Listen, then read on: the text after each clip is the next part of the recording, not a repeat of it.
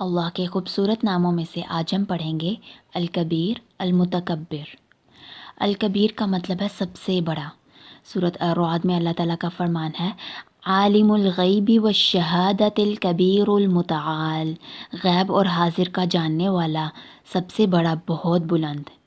پھر المتکبر کا مطلب ہے بڑا بن کر رہنے والا، جیسے سورۃ الحشر میں اللہ تعالیٰ کا فرمان ہے هو اللہ الذی لا الہ الا ہو، وہ اللہ ہے جس کے سوا کوئی معبود نہیں، الملک القدوس السلام المؤمن المہیمن العزیز الجبار المتکبر، جو بادشاہ ہے، پاک ہے، سلامتی دینے والا ہے، امن دینے والا ہے، نگہبان ہے، زبردست ہے، تسلط والا ہے، بڑا بن کر رہنے والا ہے۔ سبحان اللہ عما یشرکون، پاک ہے اللہ اس سے جس کا اس کے ساتھ شرک کرتے ہیں۔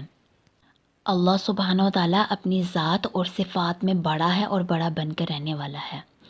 ہم دیکھتے ہیں سب سے پہلے تو اپنی ذات میں وہ کیسے بڑا ہے۔ اپنی ذات میں اللہ تعالیٰ اتنا بڑا ہے کہ ہر چیز کائنات کی اس کے آگے چھوٹی اور حقیر ہے۔ اس کو سمجھنے کے لیے ہم حدیث دیکھیں گے۔ نبی صلی اللہ علیہ وآلہ وسلم نے فرمایا کہ کائنات میں جو کچھ بھی ہے، اس میں ساتوں زمین، ساتوں آسمان اللہ تعالیٰ کی کرسی کے آگے صحرا میں پڑی ایک انگوٹھی کی مانند ہے، اور اللہ تعالیٰ کی کرسی جو ہے وہ اس کے عرش کے آگے صحرا میں پڑی انگوٹھی کی مانند ہے۔ یعنی ہم اس بات کو بہت اچھے طریقے سے سمجھ سکتے ہیں اگر ہم غور و فکر کریں۔ ہمیں تو ایک آسمان نظر آتا ہے نا، اس میں جتنی سیلیسٹیل باڈیز ہیں، ہمارے لیے تو سورج اتنا بڑا ہے، اور جبکہ اس گیلیکسی کے کتنے زیادہ سورج ہیں، تو اس گیلیکسی کو دیکھیں اور کتنی گیلیکسیز ہیں، کھربوں گیلیکسیز ہیں اس کائنات میں، اور یہ ایک آسمان ہے۔ اس کے بعد باقی سارے آسمان، سارے آسمانوں میں ان کے اندر جو کچھ بھی ہے، ہر چیز کو آپ امیجن کریں، اور پھر دیکھیں کہ اللہ تعالیٰ کی کرسی جو ہے وہ ایک ڈیزرٹ ہے، اور اس میں یہ سارا کچھ جو ہے نا، کائنات کی ہر چیز ایک رنگ کی مانند پڑی ہے۔ پھر اسی کو آپ لیں کہ اللہ تعالیٰ کی کرسی جو ہے اس کے عرش کے آگے، اس کا عرش ایک ڈیزرٹ ہے اور اس کی کرسی جو ہے وہ ایک رنگ ہے، تو وہ کیسا، اس میں اس کی کیا حیثیت ہوتی ہے، ڈیزرٹ میں پڑے ہوئے ایک رنگ کی کیا حیثیت ہوتی ہے، بالکل حقیر۔ تو اللہ تعالیٰ جو ہے اپنے عرش پر مستوی ہے، تو ہم اس سے اندازہ لگا سکتے ہیں کہ وہ ذات کتنی بڑی ہے، ہم کتنے حقیر ہیں اس کے آگے۔ ہمیں کیونکہ اس کی ذات کی پہچان نہیں ہے، کیونکہ ہمارے پاس علم نہیں ہے۔ جب ہمارے پاس علم آتا ہے تو ہمیں اس کی ذات کی پہچان ہوتی ہے، اور جب اس کی پہچان ہوتی ہے نا، تو ہمارے اندر خود ہی عاجزی آ جاتی ہے، جو کہ ہماری زندگی گزارنے کے لیے بہت ضروری ہے۔ اچھا، یہ تو ہو گئی اس کی ذات کی بات۔ اب ہم اس کی صفات کی بات کرتے ہیں۔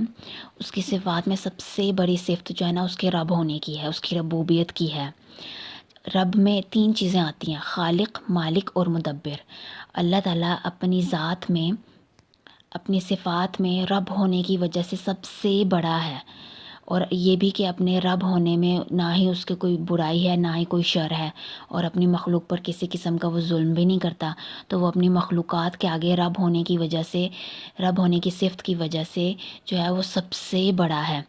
جیسے کہ سورۃ الجاثیہ میں اللہ تعالیٰ کا فرمان ہے فَلِلَّهِ الْحَمْدُ رَبِّ السَّمَاوَاتِ وَرَبِّ الْأَرْضِ رَبِّ الْعَالَمِينَ، بس اللہ کے لیے تعریف ہے جو رب ہے آسمان اور زمین کا رب ہے، اور جو رب ہے تمام عالمین کا۔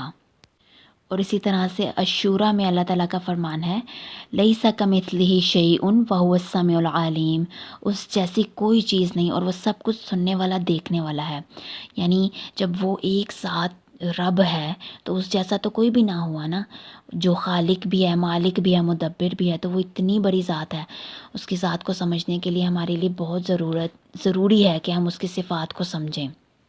اچھا، اب اس کی صفات کی بات کریں تو اس میں دوسری بات آتی ہے کہ اگر ہم اس کی صفات میں اس کی عظمت، جلال اور جمال کی بڑائی کو سمجھنا چاہتے ہیں نا، تو ہمیں تین کام کرنے ہیں۔ سب سے پہلے تو یہ کہ اس کائنات کے اوپر غور و فکر کرنا ہے۔ غور و فکر کیوں کرنا ہے؟ کیونکہ اللہ تعالیٰ نے انسان کو شعور دیا ہے، تبھی تو اس کو اشرف المخلوق بنایا ہے، اسی لیے ہمارے لیے ضروری ہے کہ ہم غور و فکر کریں، تدبر کریں۔ اچھا، کائنات میں عالم علوی اور عالم سفلی، یعنی اوپر کی دنیا اور نیچے کی دنیا، سب کچھ اس میں آ جاتا ہے۔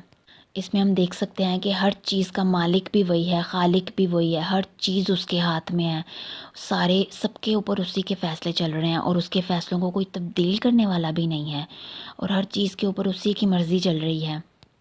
اور جو یہ سکون کی کیفیت ہے نا پوری کائنات میں سب مخلوقات کے اندر جو اللہ تعالیٰ نے سکون کی کیفیت رکھی ہوئی ہے، یہ بھی اسی کی مرضی سے ہے، ہر چیز اسی کی مرضی سے حرکت کر رہی ہے۔ ان سب معاملات پہ جب ہم غور و فکر کریں گے نا تو پھر ہمیں سمجھ آئے گی اس کی عظمت اور جمال اور جلال کی بڑائی۔ اچھا، اس میں دوسری چیز آ جاتی ہے، قرآن کی آیات کو پڑھنے سے، اس پہ تدبر کرنے سے ہم اس کی صفت کو سمجھ سکتے ہیں، اس کی بڑائی کی صفت کو، جس میں قرآن میں کیا ہے، اللہ تعالیٰ کے نام ہیں، اس کے صفات کے بارے میں بتایا گیا ہے، اس کے افعال، اس کے احکامات کے بارے میں بتایا گیا ہے۔ تو یہ بہت ضروری ہے کہ ہم اس کو سمجھیں اگر ہم اس کی صفات میں اس کی بڑائی کو جاننا چاہتے ہیں تو۔ اور تیسری چیز ہے کہ سنت رسول کو دیکھنے سے ہمیں سمجھ آئے گی۔ کیونکہ جو میسنجر ہوتا ہے نا اس کو اللہ تعالیٰ کی بہت اچھے سے پہچان ہوتی ہے، تبھی تو وہ لوگوں کے ساتھ اتنا ہمبل ہوتا ہے کہ بس ان کو بھی میں کسی طریقے سے سمجھا دوں کہ وہ کتنی بڑی ذات ہے۔ جتنے بھی پیغمبر اس دنیا میں آئے، جب ہم ان کی دعاؤں کے بارے میں دیکھیں گے یا یہ دیکھیں گے نا قرآن میں جب کہ انہوں نے کس طرح سے اپنی قوم کو ڈیل کیا، تو اس سے سمجھ آتی ہے کہ وہ کتنا ہمبل تھے، کیونکہ ان کو اللہ تعالیٰ کی ذات کے بارے میں پتہ تھا، اسی لیے ان کا ایک ایک عمل جو ہے نا اللہ تعالیٰ کی بڑائی کی صفت کو خود بخود بیان کر دیتا ہے۔ اور یہ بھی کہ وہی ذات جب اتنی بڑی ہے تو بڑی بن کر رہنے والی بھی وہی ہے۔ اچھا، جب یہ ساری صفات جو ہیں یہ اللہ تعالیٰ کی ہیں تو پھر بندے کی کیا صفت ہے؟ بندے کی صفت ہے عاجزی، خشوع، خضوع، بندگی اور اطاعت، اس کے علاوہ اور کچھ بھی نہیں ہے۔ ہم دیکھیں کہ نبی صلی اللہ علیہ وآلہ وسلم کی حدیث ہے کہ اللہ تعالیٰ نے کہا ہے کہ تکبر جو ہے وہ میری چادر ہے، جو اس کو مجھ سے چھینے گا میں اس کو ذلیل کر دوں گا۔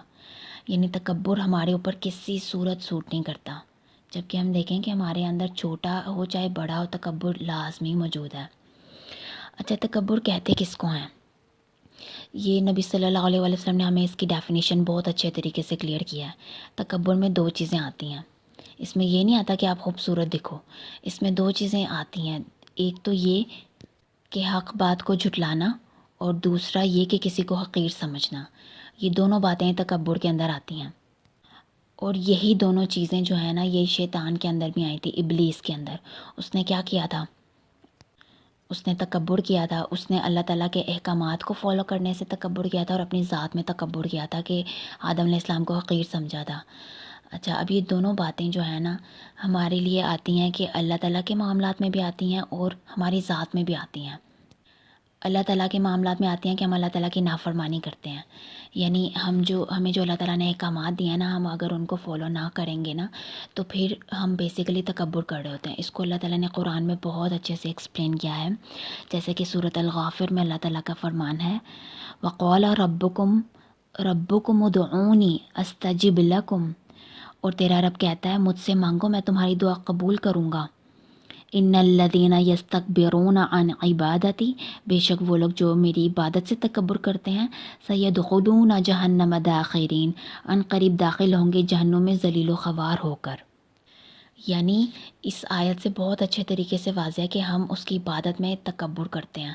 تکبر میں یہی کرتے ہیں نا کہ ہم سمجھتے ہیں اپنی ذات میں، سمجھتے ہیں کہ ہماری ذات بہت امپورٹنٹ ہے، میری نیند بہت امپورٹنٹ ہے یا میرے باقی کام بہت امپورٹنٹ ہیں، تو ہم اللہ تعالیٰ کی جو عبادت ہے اس کو یا اس کے جتنے بھی احکامات ہیں ان کو فالو نہیں کرتے، کہ ان کو حقیر سمجھتے ہیں، یا پھر یہ کہ ہم اپنے عمل سے اس کو جھٹلا دیتے ہیں کہ وہ اتنے زیادہ امپورٹنٹ نہیں ہیں۔